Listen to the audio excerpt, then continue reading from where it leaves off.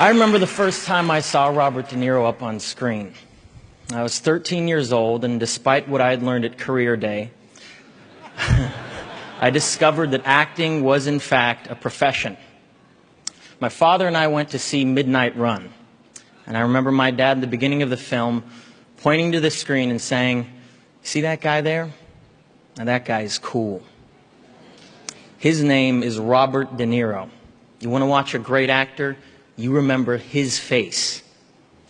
Now, 3 years later, I was in the position where I needed him to remember my face. I was one of the last remaining contenders for the lead in what would become my first feature film, This Boy's Life. Now, before this critical audition, I watched as many of his films as I could, and I asked myself over and over and over again, what is the one quality that he would see in me that he would respect? And then it came to me. Menace. I knew that I needed to walk into that audition and be a menacing force to be reckoned with.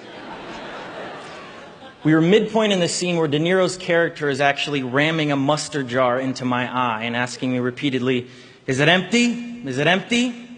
I knew this was my moment. I got up from the couch, walked across the room, looked him dead in the eye, pointed in his face, and shouted at the top of my lungs, "No!" Silence.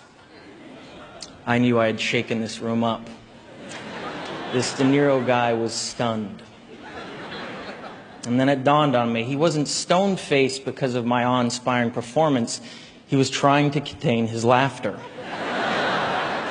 And the more he tried, the harder it became.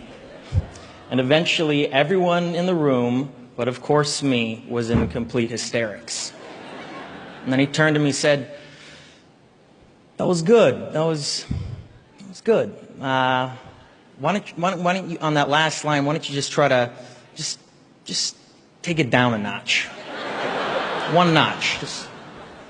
So I did. I took it down a notch. And I learned the valuable lesson that some things are good only to a certain degree. So I'm here tonight to pay my respect to you, Bob.